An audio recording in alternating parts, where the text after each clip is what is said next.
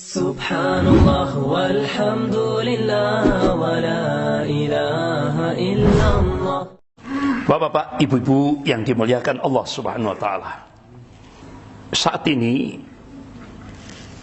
kita melihat dalam realitas kehidupan kita di Indonesia. Saat ini kita dihadapkan oleh dua kekuatan adidaya, yaitu China dan Amerika. Analisis Pak Profesor Amin Rais, Pak Amin Rais menganalisis sudah viral di media sosial.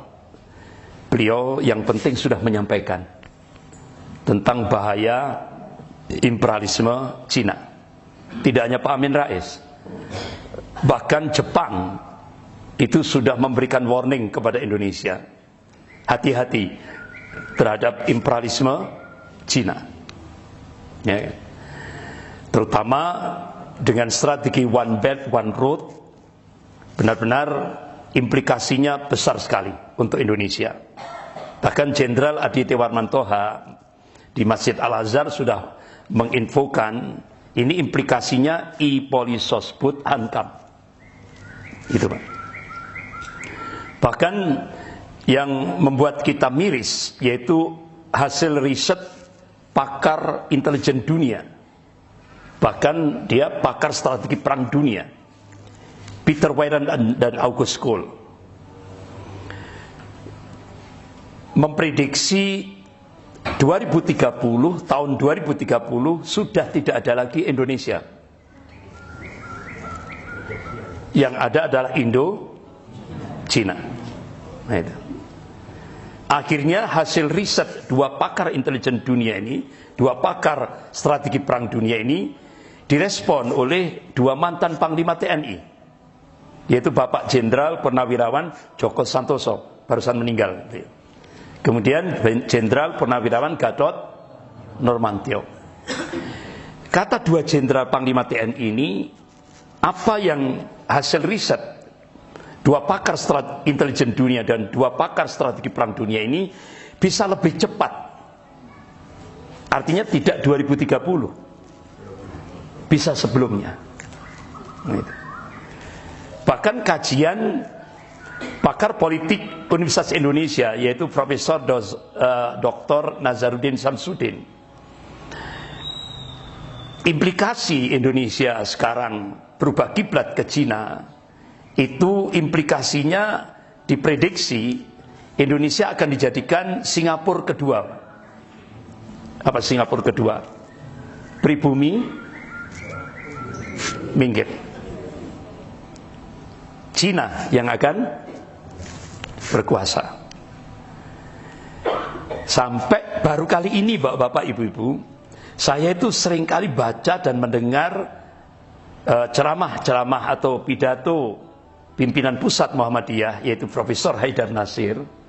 Itu benar-benar cukup santun. Baru kali ini beliau memberikan statement yang agak keras, Pak. Itu. Sampai ada ungkapan beliau memberikan ini bebal, sudah. Ini kan sudah keras itu, sudah. Itu. Jadi perjuangan Muhammadiyah dalam jihad konstitusi itu akan ambar. Apa? Ambar artinya sepo gitu, Pak. Kalau Indonesia sekarang ini dicengkram oleh oligarki. Oligarki itu apa, Pak? Cina, yaitu 9 naga, ya. Bahkan pernah Bapak Ibu yang dirahmati Allah, saya ditanya, Ustadz, yang menguasai Malang itu siapa? Saya beritahu, Iwan. Ya, itu penguasa Malang. Ya. Terus saya dibantah, bukan, Ustadz. Ada yang lebih tinggi dari itu. Ya. Ada yang lebih tinggi dari itu. Jadi koordinatornya oligarki, koordinatornya 9 naga. Ya. Di mana? Tidar, Universitas Majung. Siapa itu? Milik siapa itu? James Riyadi, putranya Mokhtar Riyadi. Yang dulu banyak pengusaha-pengusaha Cina dikumpulkan. Itu 30-40 tahun yang lalu kalau tidak salah. Ya kan? Lipo itu Pak, itu punya terjemahan gitu. Lipo. Karena kita kan selama ini kan Lipo, Bang, Lipo, ya kan? Lipo itu terjemahannya lama-lama Indonesia milik OI. Milikku. Ternyata benar. Jadi Indonesia sekarang ini dijengkram oleh oligarki. Bahkan siapa yang akan menjadi calon pemimpin Indonesia ke depan itu sudah di kantongnya oligarki. Untuk beli Indonesia ini cuma 110 triliun. Oligarki sudah siap. Untuk beli parpol saja 1 triliun per parpol gitu. 1 triliun. MPR-nya, DPR-nya, semuanya itu sudah disiapkan 110 triliun. Barusan yang digarong berapa Pak? 54 triliun. Ya, berarti kan masih kurang sedikit, ya kan, kurang separuh. Itu sudah siap, sudah 110 triliun.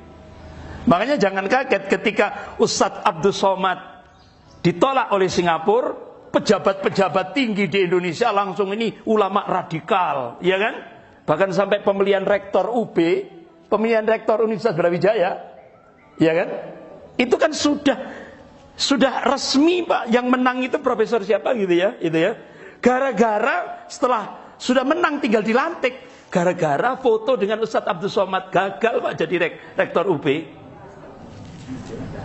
Gara-gara foto dengan Ustadz Abdul Somad. Yang sekarang yang dilantik malah yang nominasinya nomor bawah.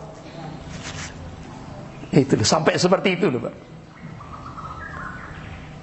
Jadi ulama itu musuh kalau di Indonesia. Agama itu musuh. Agama musuh sudah. Resmi loh Pak. Resmi sudah. Itu konsekuensi. Jadi Cina, ketika Indonesia berubah kiblat ke Cina, Cina tidak ada istilah freelance, makan siang gratis, tidak ada. Ada take and give. Gitu. Bahkan yang ngomong ini tidak sembarangan. Wakil Perdana Menteri Cina, Liu Yangdong, di Auditorium FISIP Universitas Indonesia.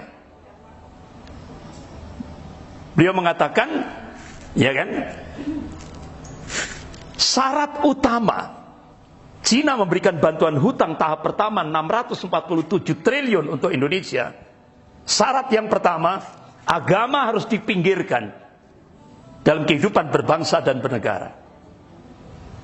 Oleh karena itu jangan kaget begitu Profesor Yudian Wahyudi diangkat oleh di Istana Negara jadi ketua Badan Pembinaan Ideologi Pancasila. Statementnya apa? Agama musuh terbesar Pancasila. Kalau dulu musuh terbesar Pancasila PKI, ya kan?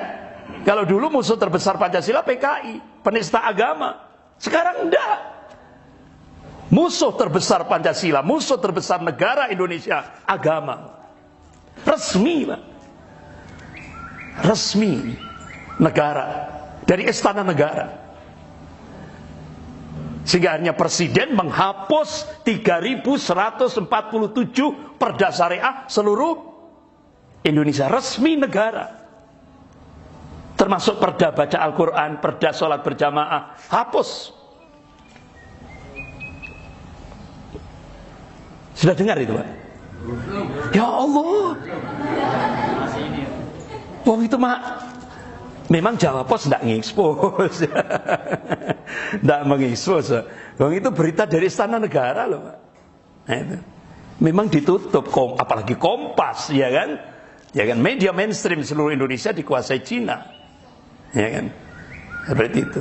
3.147 perda syariah seluruh Indonesia dihapus. Ya kan? Ini dampak karena Cina punya power. Agama harus dipinggirkan. Kalau dulu penista agama itu musuh negara, sekarang penista agama digaji oleh negara. Digaji oleh negara, Pak. Dari mana? APBN. Berapa itu kemarin yang diungkap Dr. Rizal Ramli? Jadi untuk membiayai penista agama di Indonesia, pemerintah mengeluarkan dana 1,29 triliun. Triliun, Pak, bukan miliar. Itu yang ngungkap adalah Dr. Rizal Ramli. Masuk media loh, Pak, itu. Masuk media. Ini. Jadi dulu penista agama itu langsung dihukum oleh pemerintah. Sekarang penista agama dilindungi oleh negara. Sampai Majelis Ulama Indonesia Pusat ngirim surat resmi kepada Bareskrim Mabes Polri. Segera itu ditangkap. Karena sudah melecehkan Allah, melecehkan Rasulullah, melecehkan Islam, melecehkan Al-Quran. Coba. Bertahun-tahun surat resmi dari MUI tidak digubris oleh Bareskrim. Karena apa? Penista agama itu adalah dilindungi oleh negara. Sekarang jadi zamannya sudah beda, Pak. Zaman edan. Nek ora edan, ora keduman. Bejo-bejone wong kang eling lan waspada. Jadi itu Bapak Ibu yang dirahmati Allah. Tapi wa makarallah wallahu khairul makirin. Mereka membuat makar, tapi Allah balas mereka. Makar mereka, dan Allah itu sebaik-baik pembuat makar. Akhirnya bonyok juga. Ya kan? Penista agama itu bonyok juga kan? Siapa? Ade Armando. Bonyok, Pak. Iku ulo marani gepuk. Tidak ada hujan, tidak ada, ya kan, tidak ada panas. Datang di depan akhirnya mak-mak langsung, itu Ade Armando. Ya langsung, Pak. Itu 5 menit lagi kalau polisi tidak datang, mati sudah itu.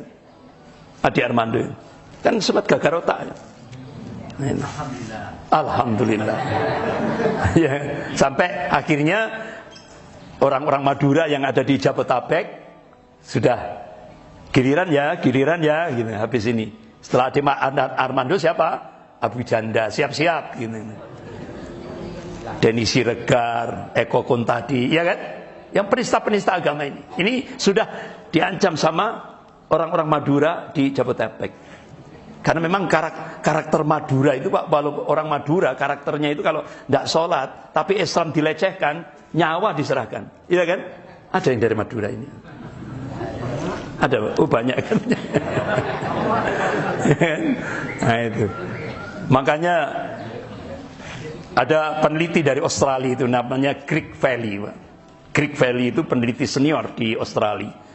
Jadi sampai beliau melakukan